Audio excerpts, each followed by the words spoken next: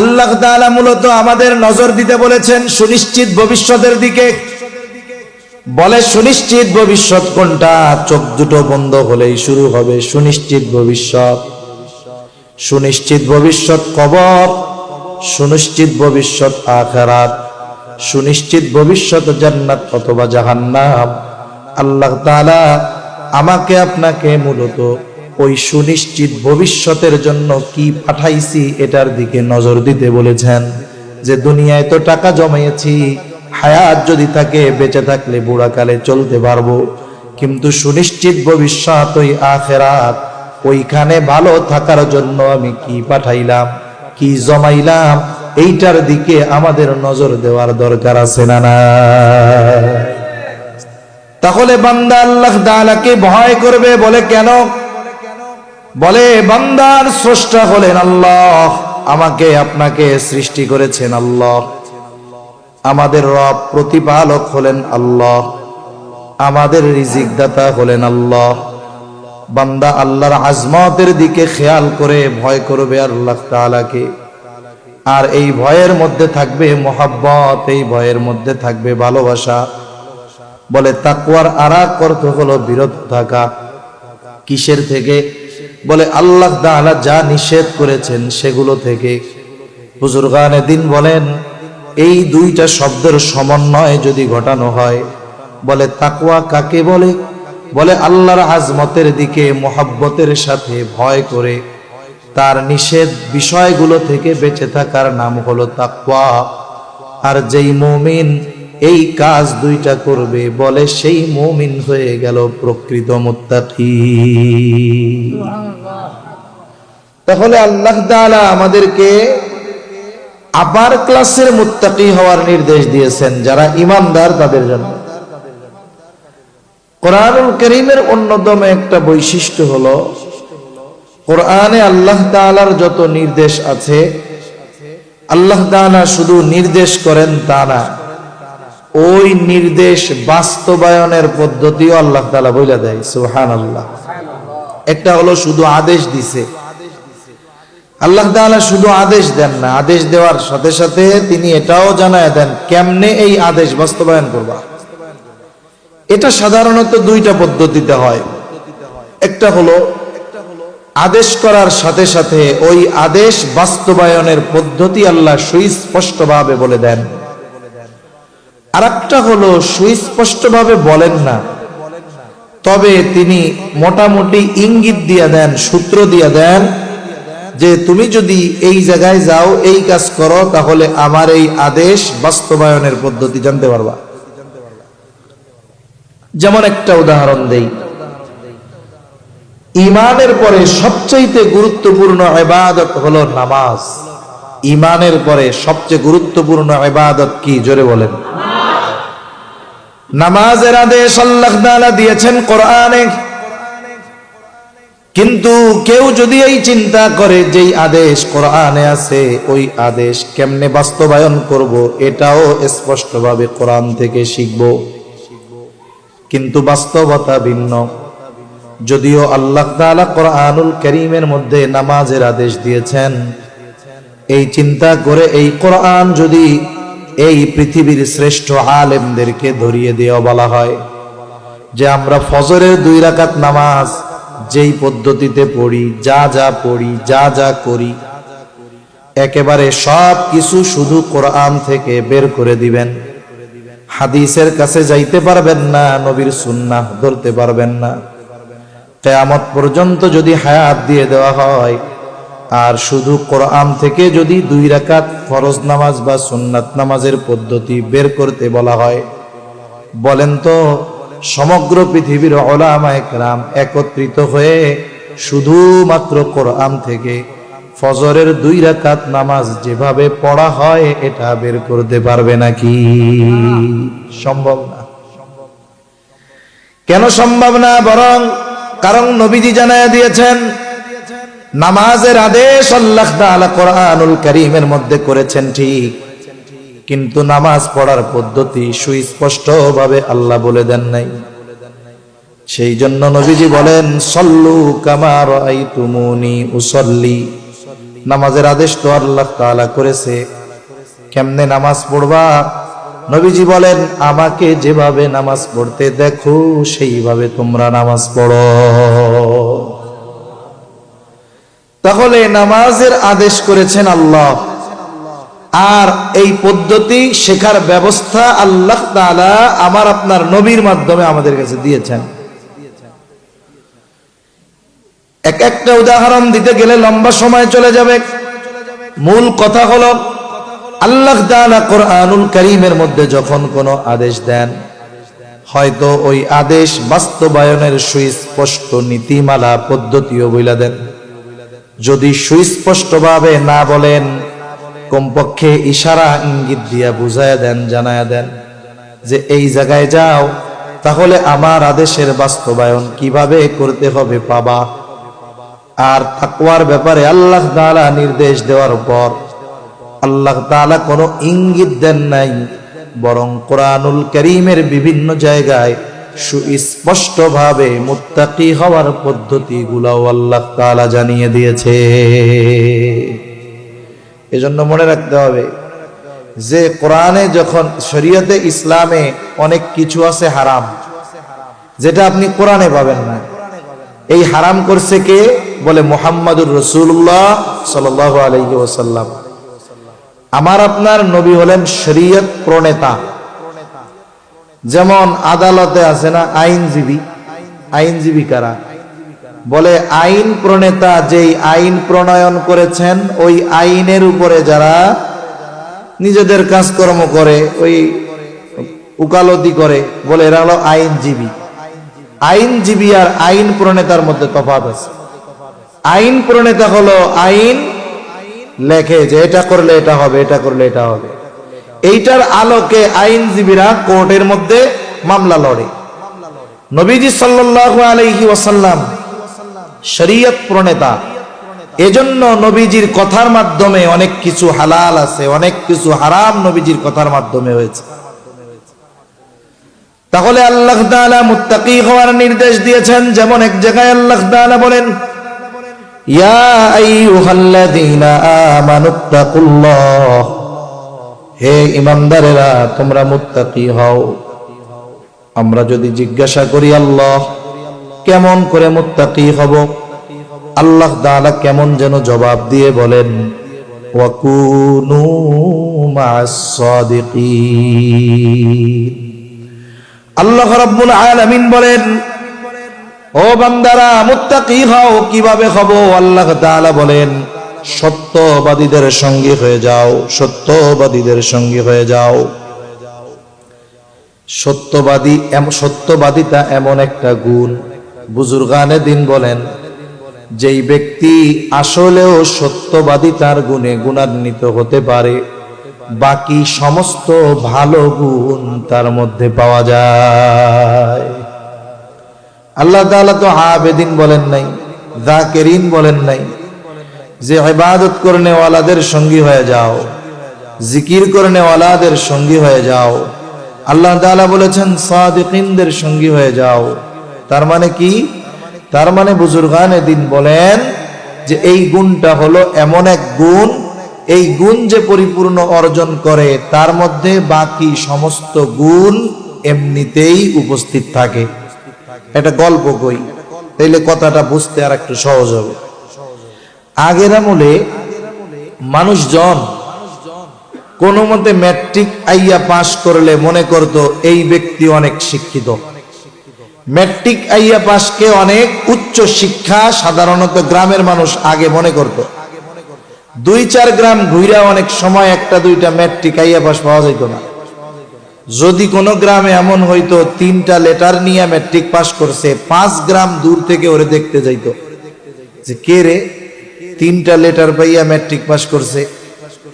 তা ওই রকম একজন মুরব্বী যে মনে করে যে ম্যাট্রিক আইয়া পাস এটা অনেক উচ্চ শিক্ষিত, তা ওই রকম একটা গ্রাম, প্রত্যন্ত অঞ্চল, ওই গ্রামের একজন মানুষ ঢাকা গিয়ে লেখাপড়া করছে, জাগতিক লাইনে উচ্চ শিক্ষিত।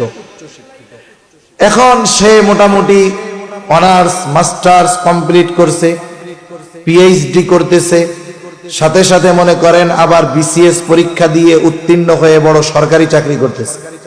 তার মানে মোটামুটি বাংলাদেশের জাগতিক লাইনের সর্বোচ্চ শিক্ষিতদের একজন, ডক্টরেট করে ফেলছে।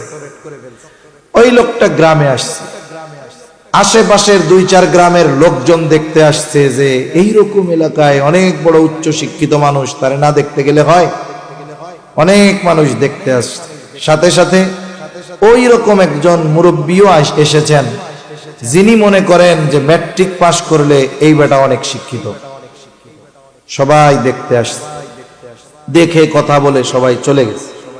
এখন ওই মুরব্বী দাঁড়িয়ে আছে।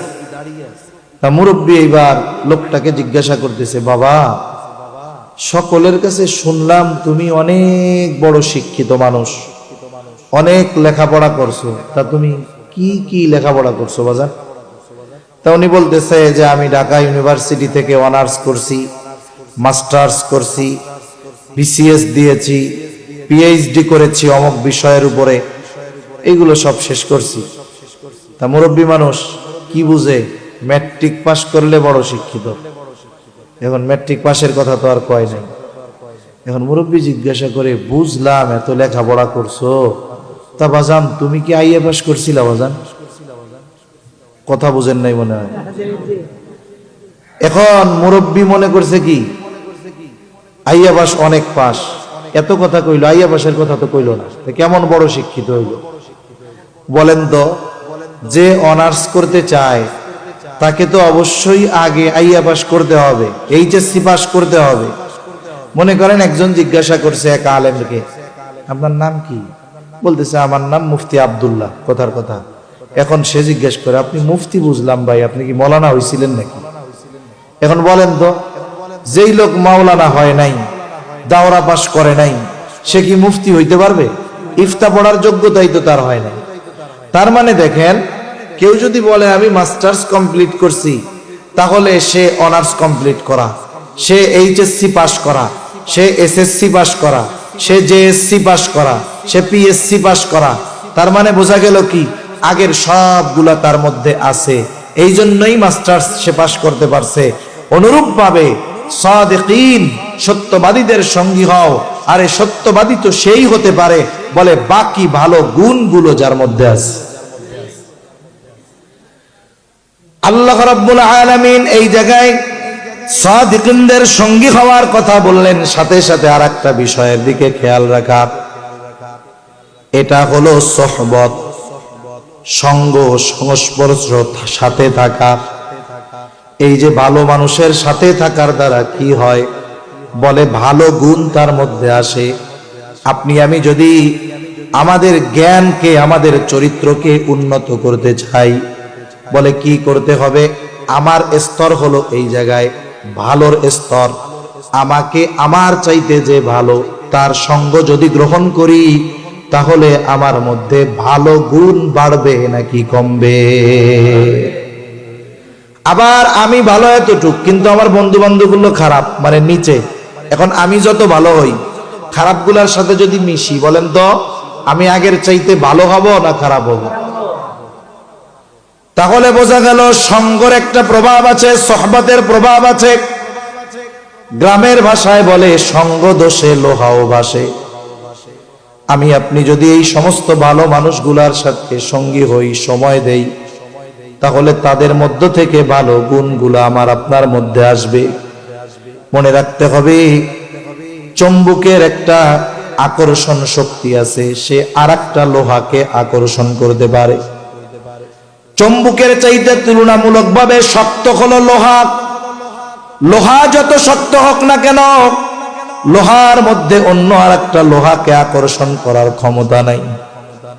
কিন্তু এই লোহা যদি নিজের শক্তির অহংকার না করে, তার চাইতে একটু দুর্বল কিন্তু আকর্ষণ করার শক্তি আছে।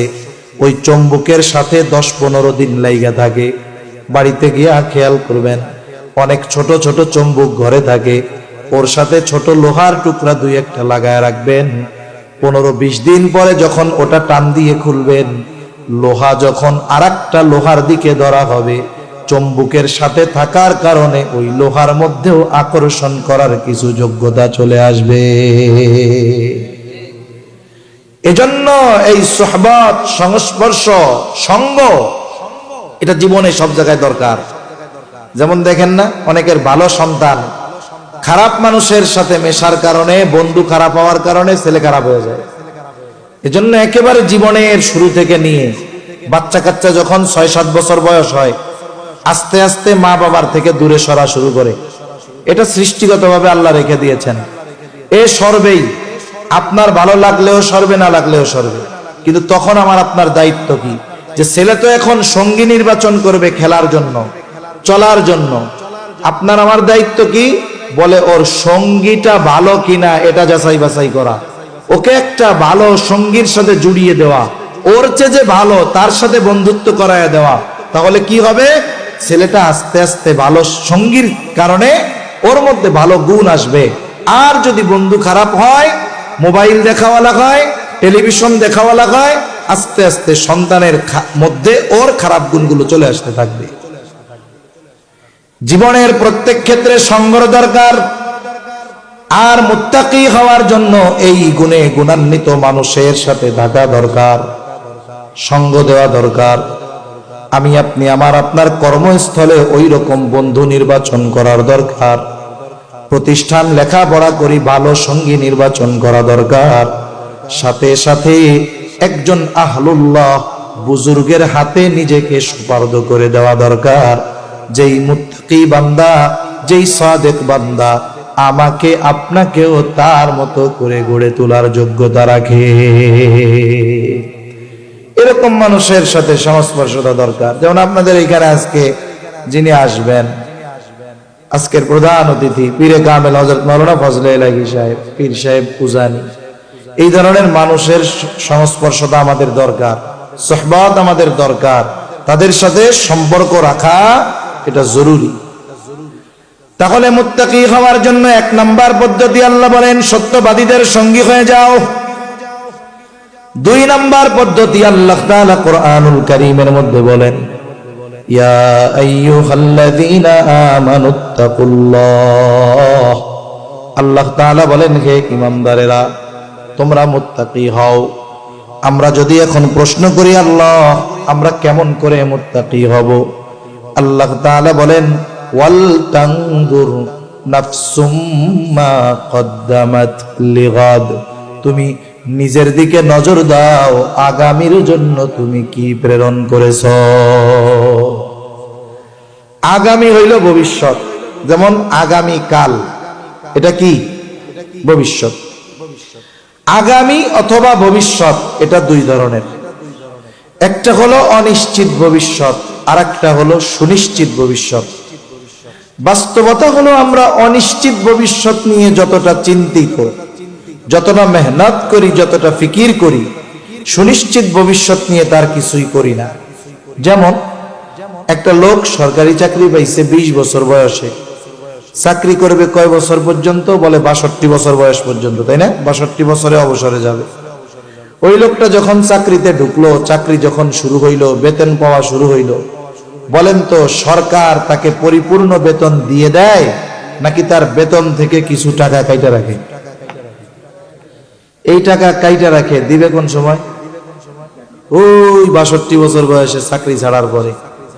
সরকার বেতনের উপরে একটা নির্ভর করে একটা পার্সেন্ট কাইটা রাখে, চাকরি শেষ হওয়ার পরে দ্বিগুণ দিয়া দিবে।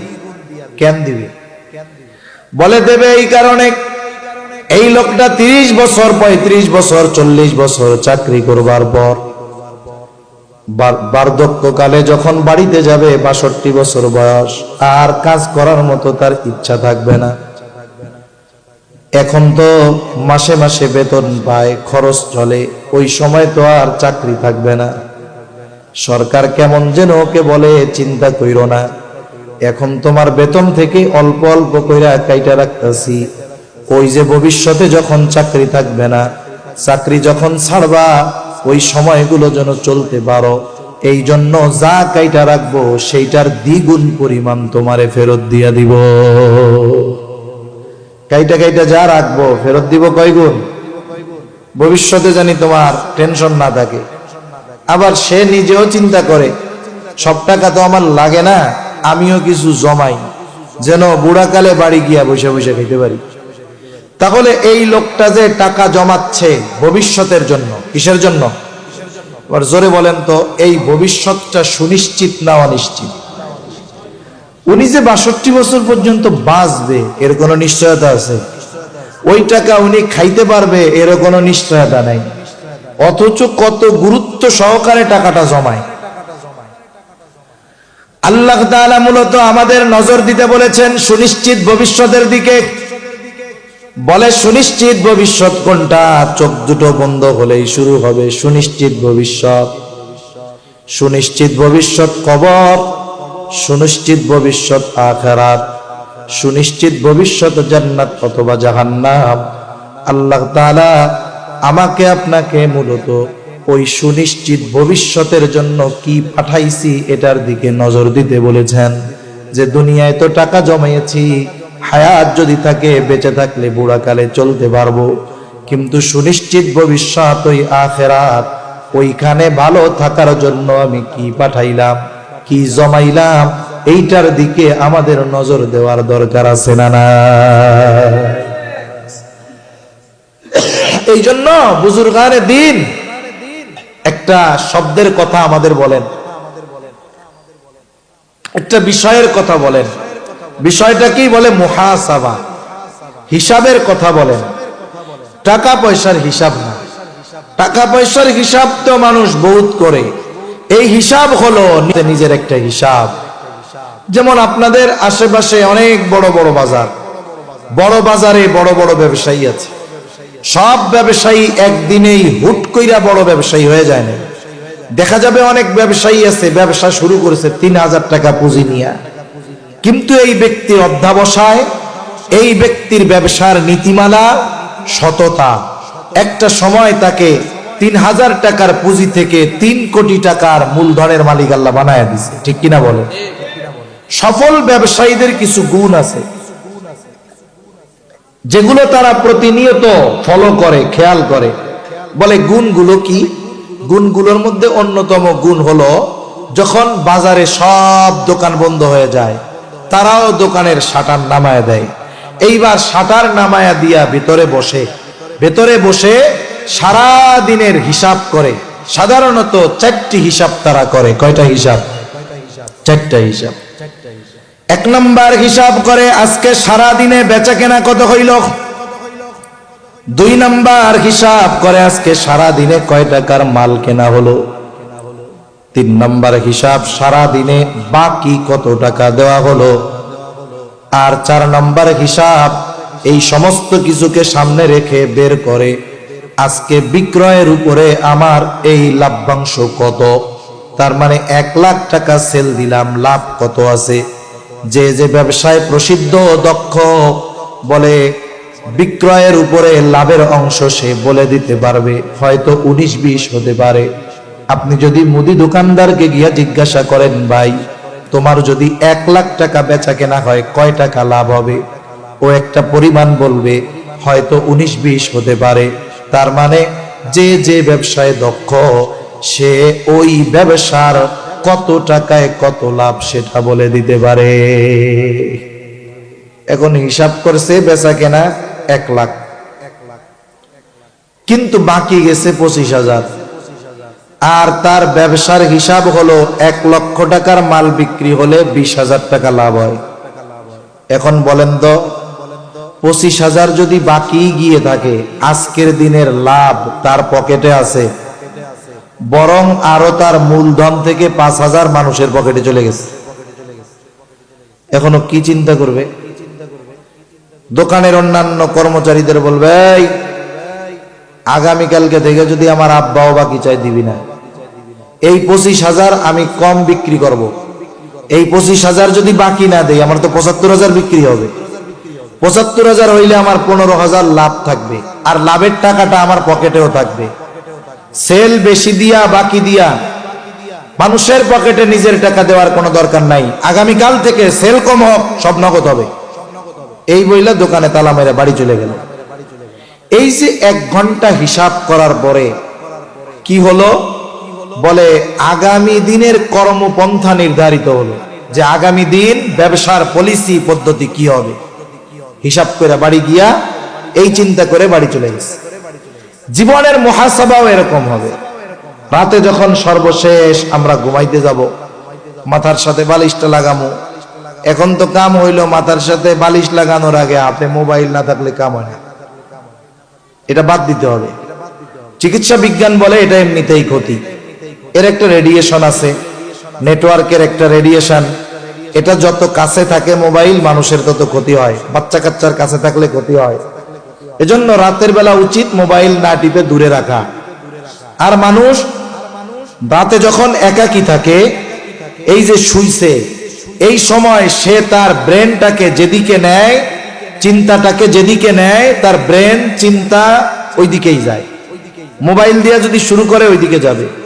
ওইটা বাদ দিয়া যদি সে চিন্তা করে আজকে আমি একটু আমার জীবনের হিসাব করি তো, যে আজকে সারাদিন আমি কতগুলা ভালো কাজ করছি, কতগুলা মন্দ কাজ করছি, একটু হিসাব করি। তার ব্রেন এখন ভালো কাজের দিকে যাচ্ছে। এখন সে হিসাব করে, হিসাব করে দেখা গেল সারাদিন তার যেই পরিমাণ ভালো কাজ তার চাইতে গুনার কাজগুলা বেশি, অথবা দেখলো যেই পরিমাণ মন্দ কাজ তার চাইতে ভালো কাজ বেশি, তাহলে তো ভালো। আবার যদি দেখে মন্দ কাজ বেশি ভালো কাজ কম, তখন হয়তো তার হৃদয়ের মধ্যে চিন্তা আসবে, আরে আমার কত পরিচিত জন, বন্ধু বান্ধব, আত্মীয় স্বজন রাতের বেলায় ঘুমিয়েছে আর ঘুম থেকে উঠতে পারে নাই। কারণ যখন আমরা ঘুমাই, ঘুম ভাঙলে সকাল, না ভাঙলেই পরকাল। হয়তো হতে পারে এই রজনী, এই ঘুম আমার জীবনের শেষ ঘুম। আমি যদি আজ মারা যাই আর আমার আমল নামায় যদি নেকের চাইতে গুনাহ বেশি হয়, তাহলে হয়তো কিয়ামতের দিন গুনাহগার পাপাচারীদের কাতারে আমাকে আল্লাহর সামনে হাজির হতে হবে। এই হিসাবের পরে তার দিলের মধ্যে এই চিন্তা হয়তো তাকে তাওবা করতে উদ্বুদ্ধ করবে। হয়তো সে তাওবা করবে, আল্লাহ তাআলার কাছে ক্ষমা চাইবে, বলবে আল্লাহ আমারে আপনি মাফ করে দেন, আমি আর জীবনে গুনাহ করব না, অতীতের গুনাহগুলো মাফ করে দেন, আগামীতে আর গুনাহ করব না। এই যে একনিষ্ঠ তাওবা, তাওবা শুধু আস্তাগফিরুল্লাহ পড়ার নাম না। মুখ দিয়ে আস্তাগফিরুল্লাহ পড়লো, কিন্তু আন্তরিকভাবে ওই পাপের জন্য সে অনুতপ্ত হইল না, পাপটা ছাড়লো না, আবার পাপ না করার ব্যাপারে দৃঢ় প্রতিজ্ঞাবদ্ধ হইল না। শুধু মুখ দিয়া আস্তাগফিরুল্লাহ পড়লে ওই ধরনের মানুষের তাওবা আল্লাহর কাছে কবুল হবে না। তাওবার জন্য গুনাহ ছাড়তে হবে, না করার ব্যাপারে দৃঢ় প্রতিজ্ঞাবদ্ধ হতে হবে, অতীতে যে করছে এটার ব্যাপারে লজ্জিত হতে হবে। আর যদি বান্দার হক সম্পৃক্ত থাকে তাহলে বান্দার হক আদায় করতে হবে। এইভাবে যদি সে করে, তাহলে আস্তাগফিরুল্লাহ যদি মুখ দিয়া নাও কয়, অন্তরের খবর আল্লাহ জানে কি জানে না। এই যে রাতের বেলা একনিষ্ঠ চিত্তে আল্লাহর কাছে বলল, আশা করা যায় আল্লাহ তারে মাফ করে দিবে। আল্লাহ না করুক, ওই রাতটা যদি তার জীবনের শেষ রাত হয়ে যায়, ওর চেয়ে সৌভাগ্যবান আর কে আছে? দেখা যাবে ওই ব্যক্তি কিয়ামতের দিন আমল নামায় গুনাহবিহীন, নেকিতে ভরপুর আমল নামা নিয়ে আল্লাহর সামনে হাজির হবে। ঠিক কিনা বলেন? আজান হইতেছে বাইরে, আমি আর বেশি সময় নিব না, যেহেতু ওনাদের তো 7:15-তে নামাজ শুরু হবে, তাই না?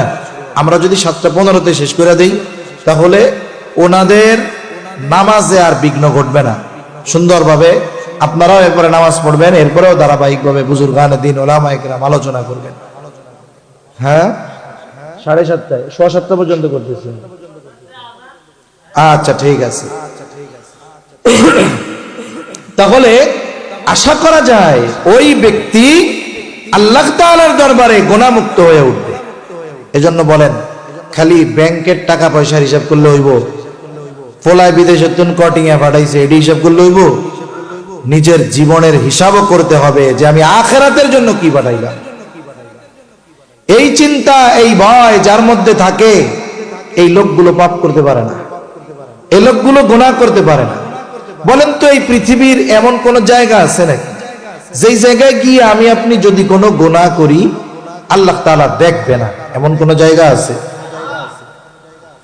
আল্লাহ তাআলা বলেন ওয়ালাকাদ খালাকনাল ইনসানা ওয়া না'লামু মা তুওয়াসওয়িসু বিহি নাফসুহু ওয়া নাহনু আকরাবু ইলাইহি মিন হাবলিল ওয়ারিদ।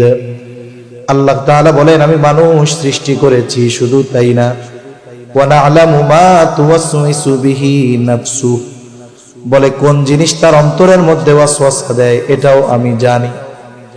দুনিয়ায় এখন চিকিৎসা বিজ্ঞান অনেক উন্নত, আমি আপনি অসুস্থ হই নাই, তবে আমার কোন অঙ্গ প্রত্যঙ্গ অচিরেই অসুস্থ হতে পারে কিনা এটা যদি জানতে চাই, আমাকে আপনাকে মেশিনের মধ্যে ভরে দেওয়া হবে, রিপোর্ট বের হবে যে আপনার কিডনি 75% ভালো আছে, হার্ট এত পার্সেন্ট ভালো আছে, ব্লক নাই, আপনার অন্যান্য অর্গান লিভার এতটুকু ভালো আছে, চর্বি জমতেছে এই পরিমাণ, ফ্যাট জমছে। তার মানে দেখেন অসুস্থ হওয়ার আগে আমি আপনি খোঁজ খবর পাইতে পারি যে অসুস্থ হব কিনা। কিন্তু বলেন তো দুনিয়ায় এমন কোন মেশিন আবিষ্কার হয়েছে কিনা যেই মেশিনের মধ্যে আমাকে আপনাকে যদি ভরে দেওয়া হয় আমার অন্তরে কি কথা আছে সেইটা প্রিন্ট হয়ে বের হয়ে আসবে? আসেনি মেশিন। কিন্তু আল্লাহ তাআলা বলে বান্দা কোন জিনিস তোমার অন্তরের মধ্যে ওয়াসওয়াসা দেয় দুনিয়ার কেউ না জানলেও আমি আল্লাহ জানি। জিজ্ঞাসা যদি করি আল্লাহ আপনি কেমনে জানেন? আল্লাহ তাআলা বলেন ওয়া নাহনু আকরাবু ইলাইহি মিন হাবলিল ওয়ারিদ। আল্লাহ তাআলা বলে বান্দা আমি তোমার শাহরগের চাইতেও অধিক নিকটে। তার মানে বুজুর্গানে দিন বলেন আমি আপনি আমার আপনার যত কাছে তার চাইতে বেশি কাছে যিনি তিনি কে? ফাঁকি দেওয়ার উপায় নাই। হযরত লোকমান নাম শুনছেন না? হযরত লোকমানের প্রজ্ঞাবান একজন ব্যক্তি, প্রজ্ঞাবান একজন ব্যক্তি, তিনি তার ছেলেকে অনেকগুলো উপদেশ দিয়েছেন। উপদেশগুলো আল্লাহ তাআলার কাছে খুব পছন্দ হয়েছে। হযরত লোকমান কোন সময় দুনিয়ায় ছিলেন? উনি দাউদ আলাইহিস সালাম নবুয়ত পাওয়ার আগ পর্যন্ত মাসলা মাসাইল বর্ণনা করতেন। দাউদ আলাইহিস সালাম নবুয়ত পাওয়ার পর উনি আর মাসলা মাসাইল বর্ণনা করেন নাই। তার মানে ওনার সময়কাল দাউদ আলাইহিস সালামের আগে। তা আল্লাহ তাআলার কাছে নসিহতগুলো খুব পছন্দ হয়েছে।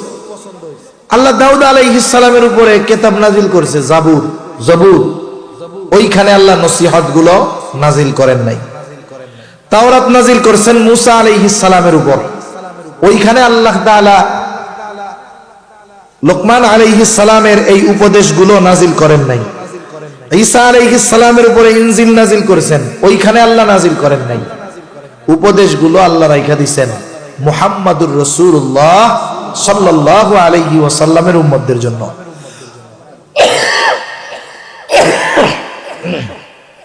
আল্লাহ তাআলা লোকমান নামে একটা সূরাও নাজিল করেছেন, আর ওই সূরার মধ্যে আল্লাহ তাআলা হযরত লোকমানের সন্তানকে করা নসিহতগুলো বর্ণনা করেছেন।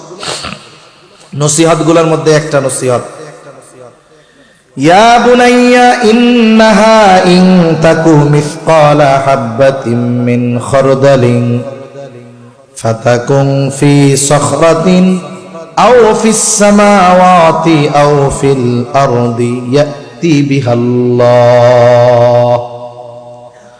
হযরত লোকমান তার সন্তানকে বলে ও আমার বৎস তোমার ওই আমলটা, সেই আমল হোক ভালো হোক মন্দ, যেই আমলটা তুমি করেছো ফাতাকুন ফি সখরা, ওই আমলটা যদি তুমি কোনো পাথরের মধ্যেও করো,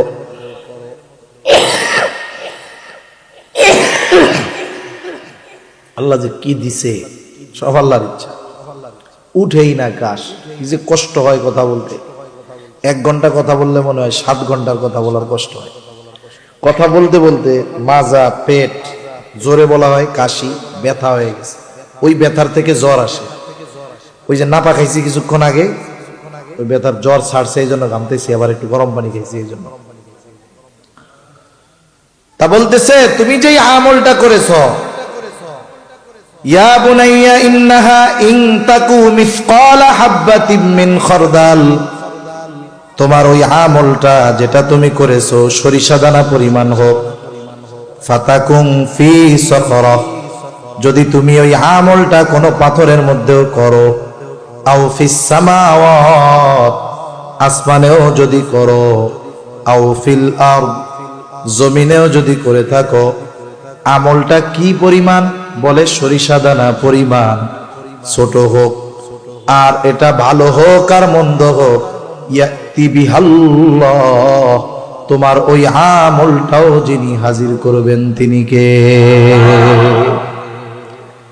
নবীজি বলেন যে কেউ যদি এমন পাথরের মধ্যে আমল করতে পারে, বলে কেমন পাথর? যেই পাথরের দরজাও নাই, জানালাও নাই, ঢোকাও যায় না, বাইরেও হওয়া যায় না। বলেন তো এমন পাথরের মধ্যে স্বাভাবিকভাবে যাওয়া কি সম্ভব? সম্ভব।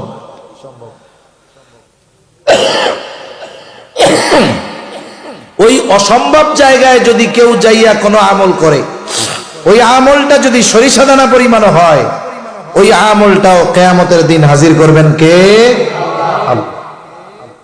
কোন তো এই বিশ্বাস যার মধ্যে থাকবে, ও কি এই চিন্তা করবে নাকি যে আমি দরজা আটকে কম্বলের তলে গোনা করলে মনে হয় আল্লাহ দেখবে না? যে ওই বিশ্বাস করে যে আমার সরিষা দানা পরিমাণ আমলটাও আল্লাহ দেখতেছেন, হাজির করবেন, আমল সহ আমল করনেওয়ালাকে হাজির করা হবে, এই বিশ্বাস যার মধ্যে পরিপূর্ণভাবে থাকবে, ওই লোকটা মানুষের সামনে হোক, অগোচরে হোক, দিনে হোক, রাতে হোক, ঘরে হোক, ওর চরিত্র সব জায়গায় সমান হয়ে যাবে। ঠিক কিনা বলে? কারণ সে মানুষের ভয় করবে না, চিন্তা করবে আমি পাপ করতেছি, দেখেন কে? আল্লাহ। এই চিন্তা, এই অনুভূতি আমাদেরকে তাকওয়া অর্জনে সহায়ক হবে, মুত্তাকি হওয়ার জন্য আমাদের জন্য সহজ হয়ে যাবে। এই জন্য দিলের মধ্যে এই কথাটাকে সব সময় স্মরণ রাখবো যে আমাকে কেউ না দেখলেও আল্লাহ তাআলা দেখে। এইভাবে যদি জীবন অতিবাহিত করতে পারি, আশা করা যায় তাকওয়া অর্জন করা আমাদের জন্য সহজ হয়ে যাবে। এখন আসেন, যদি মুত্তাকি হই লাভ কি? আল্লাহ তাআলার যত আদেশ নিষেধ আছে এগুলো মেনে চললে শুধু আখিরাতের লাভ না, দুনিয়ার লাভ আছে না নাই? দুনিয়ার লাভ কি? আল্লাহ তাআলা বলেন ওয়ামান ইয়াত্তাকিল্লাহা ইয়াজআল লাহু মাখরাজা ওয়া ইয়ারযুকুহু মিন হাইথু লা ইয়াহতাসিব। আল্লাহ তাআলা বলেন মান ইয়াত্তাকিল্লাহ, যে আল্লাহ তাআলাকে ভয় করে, তার মানে যে বেটা মুত্তাকি, বলে মুত্তাকিকে আল্লাহর আজমতের দিকে খেয়াল রাইখা মোহাব্বতের সাথে ভয় কইরা আল্লাহর নিষেধ বিষয়গুলো থেকে বেঁচে থাকে, বলে এই কামটা যেই লোকটা করে, ওই লোকটা যদি কখনো কোনো বিপদ আপদ মুসিবতে পইড়াই যায়, আল্লাহ তাআলা বলেন ইয়াজআল লাহু মাখরাজা, ওই ব্যক্তির বিপদ থেকে বের হওয়ার রাস্তার ব্যবস্থা যিনি কইরা দেন তিনি কে? বিপদ দুনিয়ায় আসতেই পারে, কিন্তু বিপদ থেকে বের হওয়ার রাস্তা পাওয়াটাই তো দুষ্কর। কিন্তু আল্লাহ বলেন মুত্তাকি হও, আমি বিপদে পড়লেও বিপদ থেকে বের হওয়ার রাস্তা আমি কইরা দিব। দুনিয়ায় মানুষ আর একটা জিনিস নিয়ে সবচেয়ে বেশি চিন্তিত থাকে, বলে রিজিক নিয়ে। রিজকুন এটা ব্যাপক অর্থবোধক শব্দ, বলে জীবন, উপকরণ, সম্মান, এটাও রিজিকের অন্তর্ভুক্ত। বলে একজন নেককার বিবি রিজিকের অন্তর্ভুক্ত, একজন সৎ নেককার সন্তান বলে রিজিকের অন্তর্ভুক্ত, আরে সম্মান রিজিকের অন্তর্ভুক্ত। আল্লাহ তাআলা বলে বান্দা মুত্তাকি হয়ে যাও, শুধু বিপদ থেকে বের হওয়ার রাস্তা দিয়ে দিব এমনটা নয়, ওয়া ইয়ারযুকুহু মিন হাইথু লা ইয়াহতাসিব। আল্লাহ তাআলা বলেন মুত্তাকি বান্দাকে এমন জায়গা থেকে রিজিক দেওয়া হবে ওই ব্যক্তি কল্পনাও করতে পারবে না। আল্লাহ তাআলা মুত্তাকিকে কল্পনাতীত, ধারণাতীত জায়গা থেকে রিজিকের ব্যবস্থা করে দিবে। এজন্য মুত্তাকি হইলে আখিরাতের লাভ তো অনেক আছে। মুত্তাকি আল্লাহ তাআলার কাছে বসার জন্য সম্মানের চেয়ার পাবে। মুত্তাকি আল্লাহ তাআলার নিকটে বসার জন্য সম্মানের চেয়ার পাবে। আখিরাতে অফুরন্ত নেয়ামত তো আছে, দুনিয়ায় আরো নেয়ামত আছে, আরো ফজিলত আছে। লম্বা কথা বলার মতো সময় নাই, চিন্তা করছি হাদিসের 3টা গুণই আপনাদের সামনে বলবো এই জন্য। তাহলে মুত্তাকি হওয়ার নির্দেশ আল্লাহ তাআলা দিয়েছেন, সাথে সাথে নবীজিও বলেন ইত্তাকিল্লাহা হাইথুমা কুনতা, যেখানেই থাকো না কেন সর্ব অবস্থায় ভয় করবা কাকে? আল্লাহ তাআলাকে। 2 নাম্বার নবীজি বলেন ওয়াতবি'is সাইয়্যাতাল হাসানাতা তামহুহা, তোমার দ্বারা যদি কখনো মন্দ কাজ হয়ে যায় ভালো কাজ করবা। কেন? বলে ভালো কাজ মন্দ কাজটাকে মিটায় দেয়। আল্লাহ তাআলাও বলেন ইন্নাল হাসানাতি ইউযহিবুনাস সাইয়্যাত, ভালো কাজ মন্দ কাজকে মিটায় দেয়। এই জন্য মন্দ কাজটা যতটুকু হবে ভালো কাজটা কমপক্ষে ততটুকু হইতে হবে। যেমন একজন কবিরা গুনাহ করছে, এটা মন্দ কাজ না? এখন কবিরা গুনাহ করলে তার ভালো কাজ কি? বলে তাওবা। ভালো কাজ কি? তাওবা। এখন একজন মানুষ মনে করেন সারা জীবন মানুষের হক মাইরা খাইছে, মানুষেরটা মাইরা খাইছে, এখন বুড়াকালে চিন্তা করে বাঁচবো আর কয়দিন, এক কাম করি হজ কইরা আসি। কারণ হজের ফজিলত হুজুররা বলছে যেই ব্যক্তি হজ করলো তার হজ যদি আল্লাহর কাছে কবুল হয়ে যায়, হজ্জে মাবরুর যদি নসিব হয়ে যায়, তাহলে তো তার অবস্থা কি? বলে রজাআ কায়াউমা ওয়ালাদাতুহু উম্মু, সে কেমন যেন সদ্য ভূমিষ্ঠ শিশুর ন্যায় নিষ্পাপ হয়ে যায়। তাহলে এক কাম করি, অতীতে তো পাপ কম হয় নাই, আমি যাই হজ করে আসি। এবার হজ করে আসছে, 3 মাস পর পর ওমরা করতে যায়। মক্কা শরীফের পাশে 1000 দানার তসবিহ কিনতে পাওয়া যায়। চিন্তা করছে এই তসবিহ কিনা নিয়ে যাই, মসজিদের মধ্যে ঢুকমো আর বাইরে হবো না, সারাদিন শুধু আল্লাহর কাছে মাপ চামো আর আস্তাগফিরুল্লাহ আস্তাগফিরুল্লাহ পড়মু। বলেন তো এই লোক যদি 1000 বছর হায়াত পায়, আস্তাগফিরুল্লাহ পড়াই কাটায়, বান্দার হক আদায় করে নাই, ওর যে পাপের কাজ, ওর বিপরীতে যেই ভালো কাজ ছিল সেটা কি করা হবে? ওর পাপ কি মাপ হবে? সেজন্য বুঝতে হবে পাপটা যেমন ভালো কাজটা তেমন হইতে হবে। যদি ওরকম হয় তাহলে কি হবে? তামহুহা, ওই মন্দ কাজটা তাইলেই মিটবে, নাইলে কিন্তু মিটবে না। 3 নাম্বার নবীজি বলেন ওয়া খালিকিন নাসা বিখুলুকিন হাসানিন, মানুষের সাথে সদাচরণ করা। এটা ব্যাপক অর্থবোধক বিষয়। সদাচরণ দ্বারা কোন কোন বুজুর্গ বলেন যেখানে মানুষের হক উদ্দেশ্য, সমস্ত মানুষের কি উদ্দেশ্য? হক উদ্দেশ্য। যে যেরকম হক আমার আপনার কাছে পাও না সেরকম হক প্রদান করা। আর মানুষের সাথে ভালো আচরণ, এটাও মানুষের হক। প্রতিবেশীর সাথে ভালো আচরণ, প্রতিবেশীর হক। বাবা মার সাথে ভালো আচরণ, বাবা মার হক। এজন্য যে যেই রকম আচরণ আমার আপনার কাছে প্রাপ্য, ওই রকম আচরণ যদি আমি তার সাথে না করি তাহলে হক নষ্ট হবে।